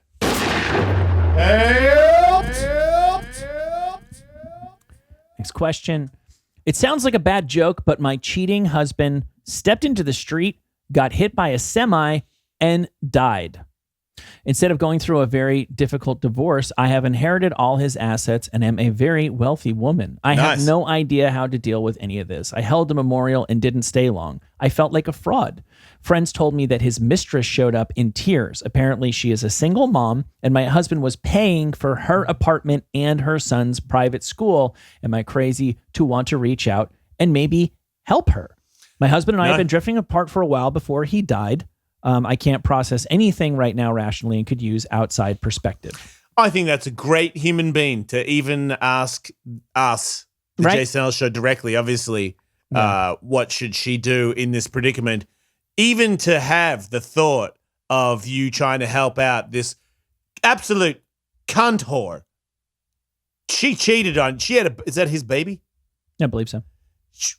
Oh shit! What a dog I guess I don't know that for of sure. dogs. But if you love someone and then you get sick of them and you still care for them, kind of thing, because you at one point did, that's very wise. Because I always thought it was weird when people get divorced and you're like, I fucking hate that bitch more than anybody on the planet. I'm like, well, at one point she was ranked pretty high, so that's a crazy thing to conclude that the worst person you've ever met in your life is this person that you wanted to spend the rest of your life with. Unless at some point in your house you discover like a secret lair that they've been No, there's like a bunch of heads in a cellar or something. Yeah, okay. Now you got to get out of there, and it's okay to hate her for the rest of your days. But yeah, if she didn't kill people for a living, then you should find a way to be okay. Yeah. See, I might catch flack for this, but I think she should use her newly acquired riches to pull like a Billy Madison and enroll herself in the school, the fancy school that the daughter's going to, and bully her.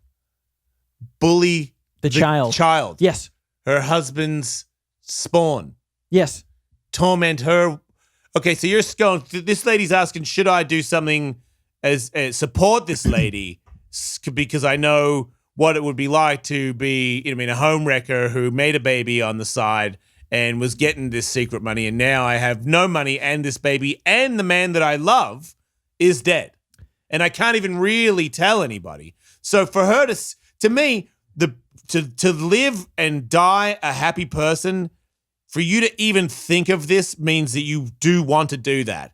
And for you not to do that will mean that for the rest of your days, you'll be like, you know what? Because time will ease things, and you'll realize your original idea was that's who you are. You want to help this lady. You want to help your ex-husband spawn because you love him, and that's still kind of a kid that you could relate to. You want to take care of them because he's gone, and yeah, he's a dog, but in the end, cheating on your wife, I don't know, it's not like you still love each other. And once you see past that years later, because you will, I feel like chicks that have cheated on me at one point would burn so bad. And now I'm like, whatever. It's not the biggest part. The biggest part is if you're alive or not. Mm-hmm. So I would give this lady money, and I would commend you because I think it's a great person that someone would even think instead of, hey guys, how do I kill this bitch? Yeah. Instead of saying, but you're asking, how do I give them money?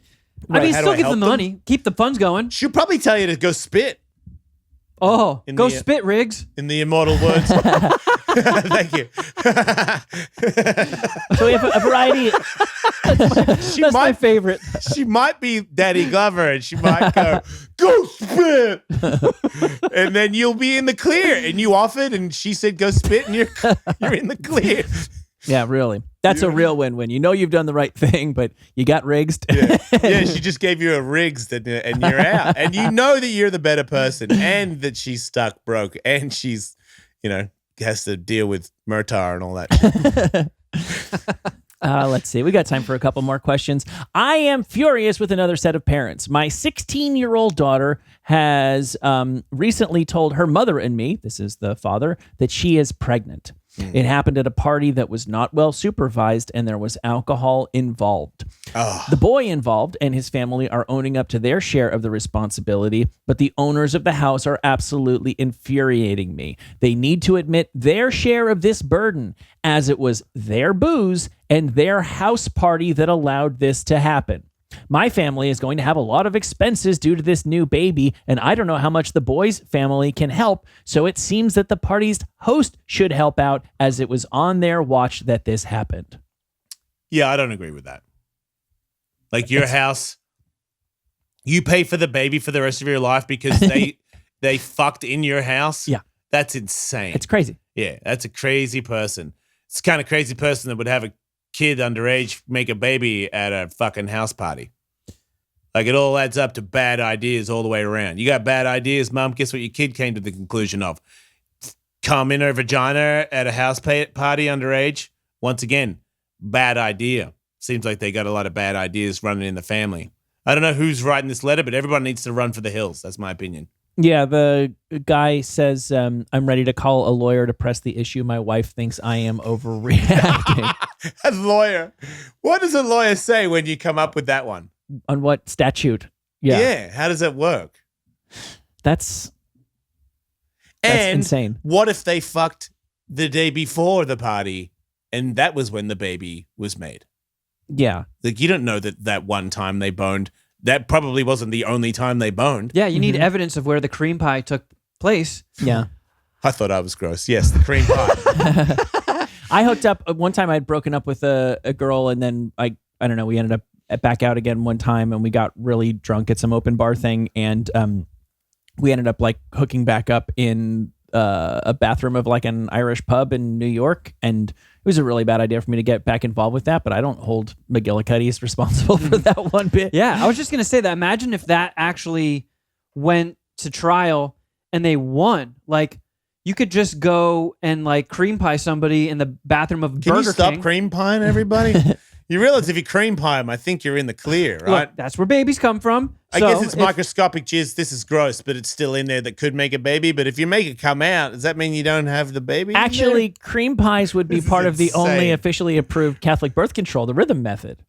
What's the rhythm method? The rhythm method was a thing that when birth control became a thing and the Catholic Church was like, no, we don't believe in birth control because the purpose of sex is for procreation, they built this little loophole in, which is it's okay. It's natural that women have a menstrual cycle and are fertile sometimes and not fertile other times. So if you want to keep a diary of when you think your wife is ovulating and try to have sex with her when she's not ovulating, that's the rhythm method. And it was the only thing that the church approved is for birth prevention for the longest time. And it might still technically be the case. That doesn't work all that well. I was going to say, that does not add up. As many teenagers can tell you. Yeah, coming in vaginas, good chance babies will come from Yeah, that. sure. We all love doing it. Condoms, hate them. Yeah. No debate there. But, like, Babies, take it from a guy who's got two. if people like were gonna start a family and they knew they couldn't really afford one, you would just go and pork in the bathroom of a Burger King, and then fucking Burger King's paying for everybody's kids. True. Butt fucking. No babies in that, baby. In the bum, no baby. One more question. Boy, we have some colorful listeners. When my wife and I met in college, the attraction was immediate and we quickly became inseparable. We married soon after graduation, moved back closer to our families, and had 3 children by the time we were 30. We were both born to lesbians, she to a couple, me to a single woman. She had sought out her biological father as soon as she turned 18, but I was never interested in learning about that for myself. But she felt we were cheating our future children by not learning everything we could about my past too. Well, our anniversary is coming up, and I decided to go ahead as a present to my wife to see if my biological father was interested in contact as well. He was. And even though our parents had used different sperm banks, it appears so did our father, as he is the same person. Yeah, you guys are fucking sister fuckers. Yeah, you guys are so gross. You're the Skywalkers. Yeah. On one hand, Oh, I love my wife more than I can say, and yeah, you do. It's logically, your sister. yeah, just always felt like especially close to you. That's a thing, you know that What's that? brothers and sisters want to fuck each other. Oh, I've seen that. Relatives in want to fuck each a lot other. Of pornography. If you don't Yeah, know, yeah. no, that's how I YouPorn know leads me to too. believe that's a thing as well. Yeah, did you know that a lot of mums want to help? I can't even do the scenario. It's so fucking brutal, the things that people are into.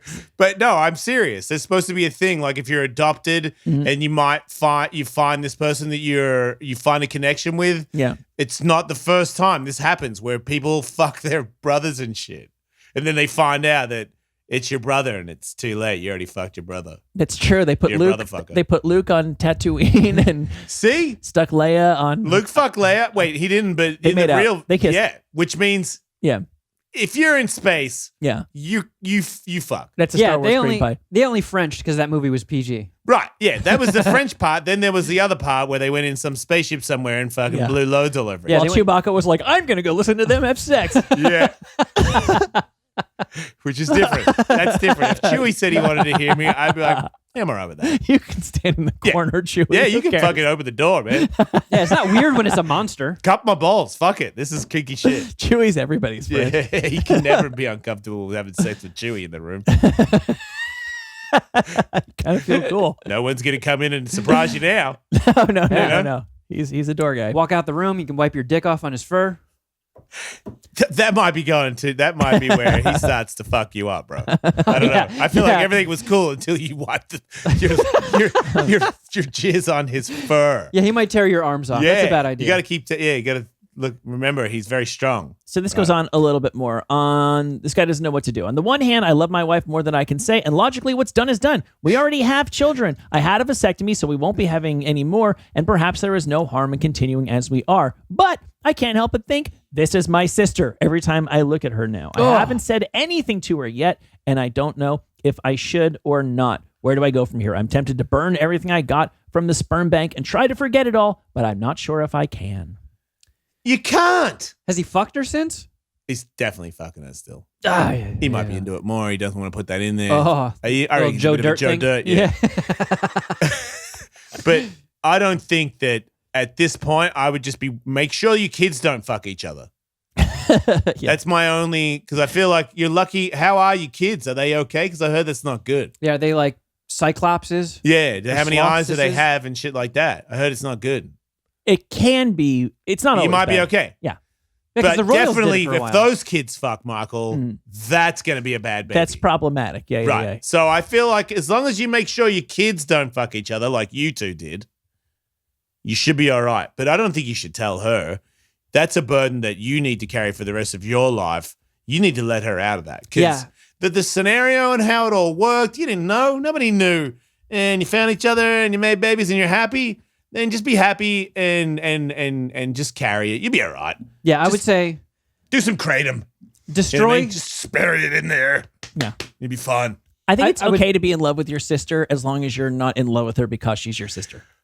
But how do you know from here on out? Well, no, you know what? You already fucked her and made babies with her before you knew she was your sister, That's what so I'm you're saying. in the clear. That's what I'm saying. Yeah, I would say this guy needs to destroy the evidence he unearthed, Yep. burn the sperm bank down, and develop a drinking problem. Tell the dad, hey, I'm a fucking sister fucker, so don't tell any. You know what I mean? Let's just end it.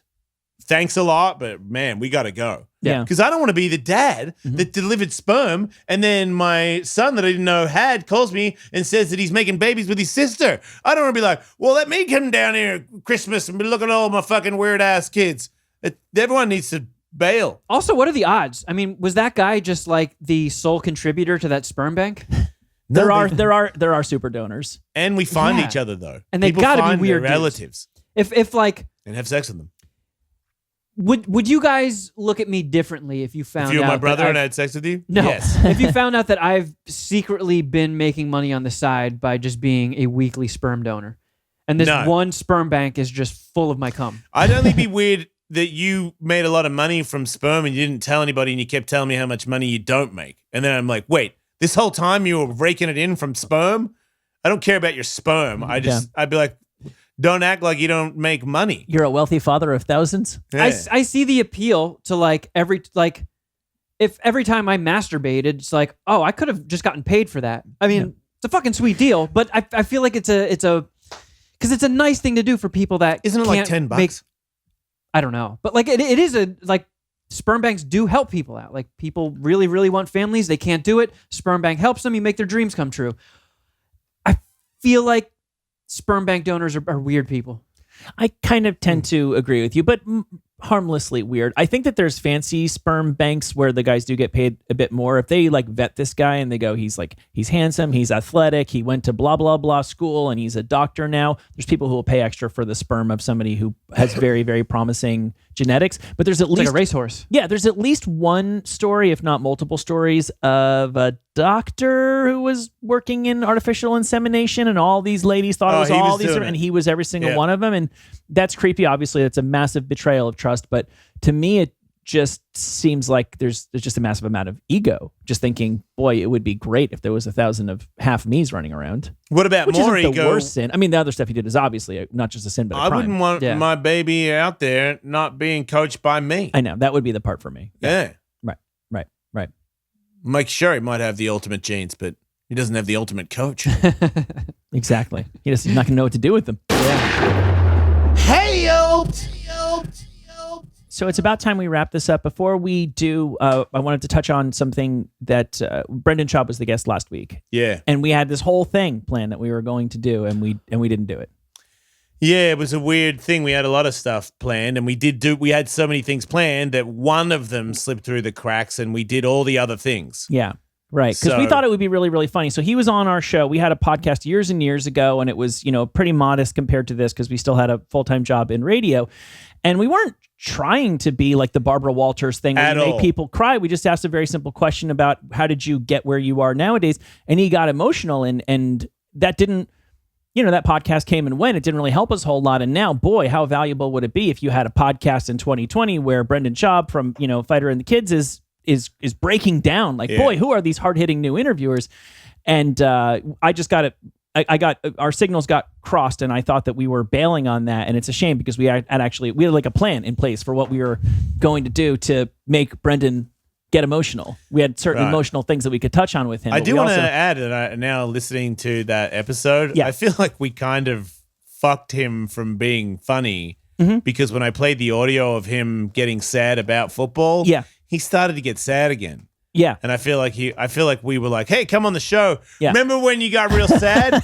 Get real sad again. Thanks Yeah. for being here. Like I felt like there was a little bit of that. Yeah, well, I thought it was- Accidentally, obviously. no, I thought it would be funny because it's like, if you just start cutting some onions, then everybody starts crying, right? I don't know. I haven't cut him for a long time. I remember the last I get time. it bad. You do? Yeah. So should we talk to you about something like what about if you say, is there a football game? No, then Brendan will think you're being mean to him. I mean, you did break your arm playing football, right? Your collarbone. I did, and sports meant a lot to me. Right. You thought you were going to do good in football. It was not- You were the quarterback, right? I was the quarterback of a team, and our team was so bad. I don't even know if I completed one pass all season long, and nobody else on the team could be trusted with the ball. So a lot of times in a lot of games, they only had two plays, which You were was like Brett Favre. our only plays were I keep it and run to the left, or I keep it and run to the right.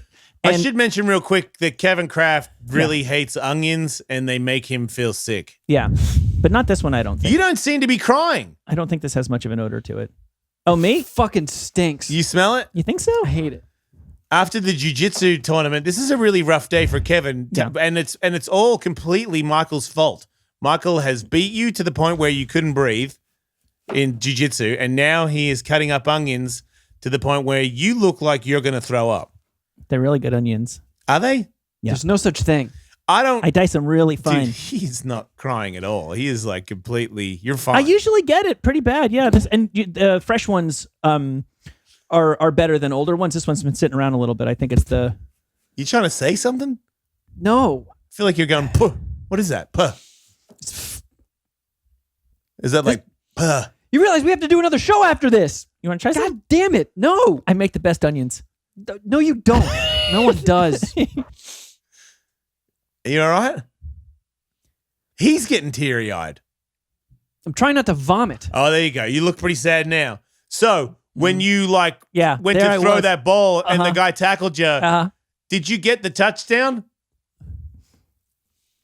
You didn't, right? No, I sure didn't. I ended up in the hospital. Oh man! And they did had you two lose? surgeries. Did you lose the game? I'm sure we lost every game. Oh It man! sucked. You lost every game. I don't know if we ever won. No, we did. I don't know if we ever won. You lost every game, It's entirely possible that we lost every single game. Yeah. and you broke, and you had to have two surgeries from your defeat. Yeah, I remember hallucinating being in the doctor's office. And then I came out and I was like, well, I'll play again, right, Doc? And they go, well, you can't play sports for a year. And I go, well, I'll play football next year. And he goes, well, no. I definitely don't think it's a good idea for your first sport back to be football. And with that, my athletic career was over. I was only 12 years old. Man, that sounds like a painful thing to deal I mean, with. it makes Michael. me very That sad must to be think of really it, yeah. tearing you up inside. Oh, my goodness. I I feel I like- promised myself I wouldn't cry. No, you usually don't, but boy, are you really letting it fucking go today, Michael? And I can It feels see, good. It feels good to get it out. Yeah, you should. I feel like your friend over here, you can definitely tell, cares. He's so sad, he's vomiting. Sympathy vomiting Yeah. is a thing I often elicit. Do you have anything to say about Michael's career being ended shortly, abruptly? I hate this. Yeah, he hates it. He's pissed that you're not a professional football player, Michael. I think eating some onions would cheer you up. Do you want to eat an onion? Oh, no. Isn't it weird that an Ooh, onion spicy. can disturb somebody that much? It's odd. I mean, it's just an onion. Yeah. It's the worst fucking smell that's ever been created. It's the worst flavor that's ever fucking been created. I think if you eat that onion and then you poo it out, there's a worse smell. Yeah. Can you Remember imagine what happened when onions you with ate an poo in onion? it? Could you imagine that?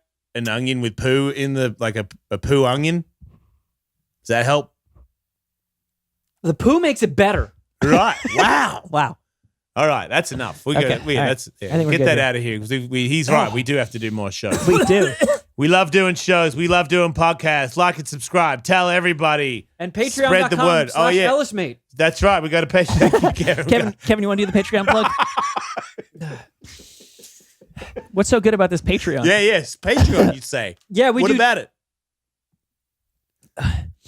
2 extra episodes every week. Oh, shit. Of the Jason Ellis Show. This Four is the first additional- I'm hearing of this. 4 additional hours. Yeah. Patreon.com/EllisMate. And there's a video tier and a awesome world tier and an audio only tier. Yeah. I do 2 live solo shows on there a week. So 4 shows in total. Lots of stuff. So Tons you of can check that content. out. People are bummed out. We only do once a week, but not we even do true. 3 a week. That's right. We do a lot of stuff. You guys don't even know. Thanks, everybody, for tuning in. See you next week. Don't die. Bing, boing, poing, poing, poing, poing. Poing, poing, poing. Boing, boing, boing, boing, boing, boing, boing, boing, boing, boing, boing, boing,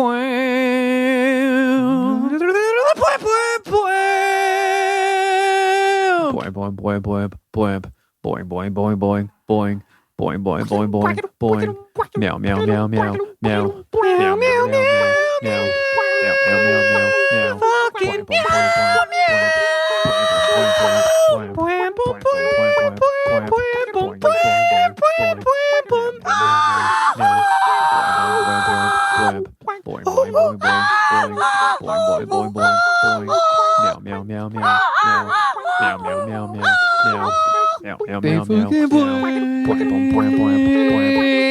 Big fat boy. fucking big fat fucking bing